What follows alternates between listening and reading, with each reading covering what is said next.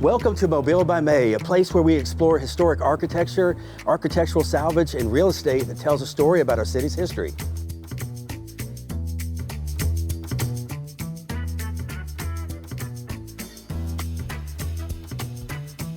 Hey y'all, I'm so excited to be here at this stage in this resurrection project. This is the second phase, and we're going to have our final unveiling next month for my birthday, August 27th, when we finish it. But this project has been in my backyard for 5 years. This was an 1830s Creole cottage that was demolished, and I saved all the parts I possibly could. And with the help of a great architect, Douglas Curley, we were able to coalesce all these materials into this Greek Revival workshop.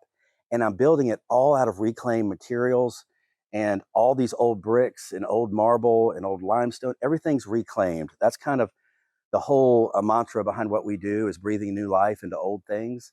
And this is just such an exciting time for me because it's all really manifesting at once here. And I've had it in my mind's eye, this vision, and now it's really coming to fruition. So you can see we have 4 of these Doric columns. There were originally 6 to this home, and I have a couple extra, which we're using the parts to help rebuild some of these capitals up here. And then we have the 2 pilasters on either end. We have those as well. And then we have these awesome doors. These are 3-panel doors, and I painted them kind of a French blue. These were actually interior hinge doors, but these are going to be barn doors, sliding barn doors on the front. And so what we tried to do is mimic my house, which is Greek Revival with a plaster facade. So that's why you see this Durock, this concrete board, on this front wall, because this is going to be where we put all the plaster over everything, over these doors, right? So this will all be white plaster. And then through a friend who donated these railings, these are from an 1850s house, and I've got 4 sections of this. So it's just absolutely like a God wink here, that it was the perfect length for what I needed them for. And I have the 2 shorter sides for the ends. So we have to put our porch floor on here. Then we'll have, beadboard ceiling. It's hopefully going to look like it's been here for about 200 years. That's the whole theme. So it looks like actually part of my home. And then, oh, hey, Shiloh. And then inside, I've got this awesome heart pine flooring that we saved from a Creole cottage downtown that was going to get torn down. It wasn't able to be saved. But that's going to be my flooring inside. And then on my back wall, this is actually the original frieze board to this 1830s house that I saved. But I'm going to cut this down. I'm going to use a lot of this wide plank board on the back wall. So the back wall is going to be all wide plank heart pine boards. So it's really going to really feel old in here, old school. And then I have some awesome beams I'm going to show you outside. But we're going to frame these corners up. See how this is a cypress beam. See how it's notched out? So we're going to have these in the corners. It's kind of a decorative aspect to it. All the framing in these front walls here are 4x4s, heart pine, even the blocking. So it's just built extremely strong. And I love all the patina of all the age and the rust spots and the nails and the imperfections, because it tells such a story about the house and the materials and the people that worked on it. And so this is just quite literally a dream come true for me. And I read a quote recently that talked about how architecture is like making the world a little bit more like your dreams. And so this is really a dream come true for me. So I can't wait for my birthday next month. We'll be finished with this, and then I'll actually be able to use it. And the great thing is then I'll be able to store more things. I can save more things. Again, all these bricks would have gone in a landfill.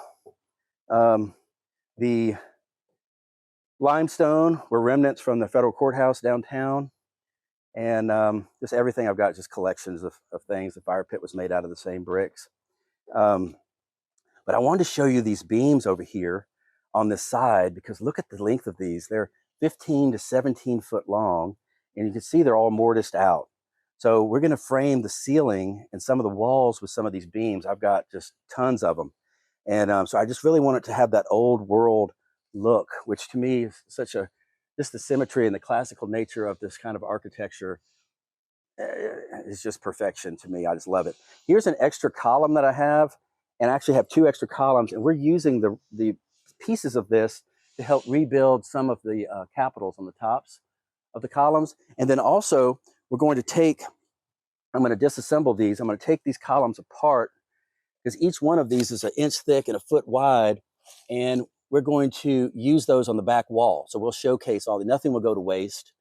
And then I've got all these other beams and floor joists and things back here. A lot of this is going into the house.